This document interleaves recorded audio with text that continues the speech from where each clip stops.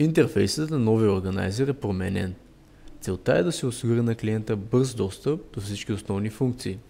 В новия таб Общи имаме функции като импорт, експорт и дизайн каталог онлайн. Въвеждане на поръчки е основният елемент в органайзера. Тук ние имаме информация за поръчката. Имаме възможност да видим всички артикули за нашата поръчка, както и да добавим нови.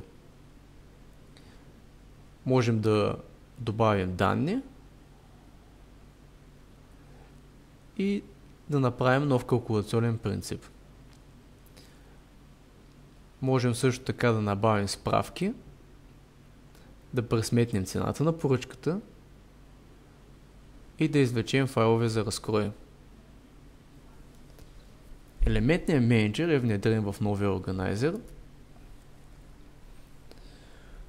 Това позволява промяната на данни за проекта, без да се налага отваряне на CAD частта. В менюто администрация можем да управляваме нашата ИМО система.